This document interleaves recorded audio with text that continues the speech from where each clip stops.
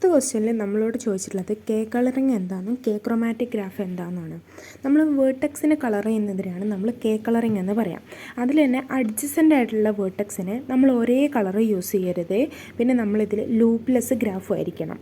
അങ്ങനെയുള്ള ഗ്രാഫിനെയാണ് നമ്മൾ എന്ത് വിളിക്കുക? കെ കളറിങ് ഗ്രാഫ് എന്ന് വിളിക്കുക. K colouring of A graph. ഇനി എന്താ കെ ക്രോമാറ്റിക് ഗ്രാഫ് എന്നറിയോ?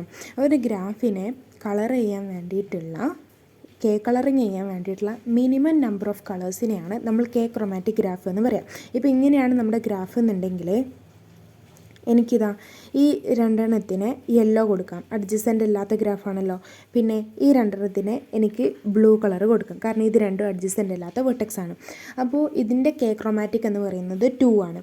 അങ്ങനെ നമുക്ക് മിനിമം നമ്പർ ഓഫ് കളേഴ്സ് ഒരു ഗ്രാഫിനെ കളർ ചെയ്യാൻ വേണ്ടിയിട്ട് എന്ന് വെച്ചാൽ അഡ്ജസൻ്റ് ആയിട്ടുള്ള വെർട്ടെക്സിന് ഡിഫറെൻറ്റ് കളേഴ്സ് കൊടുക്കാൻ വേണ്ടിയിട്ട് ഒരു ലൂപ്പ്ലെസ് ആയിട്ടുള്ള ഗ്രാഫായിരിക്കണം. ആ നമ്പേഴ്സിനെയാണ് നമ്മൾ എന്ത് വിളിക്കുക? കെ ക്രോമാറ്റിക് ഗ്രാഫ് എന്ന് വിളിക്കുക.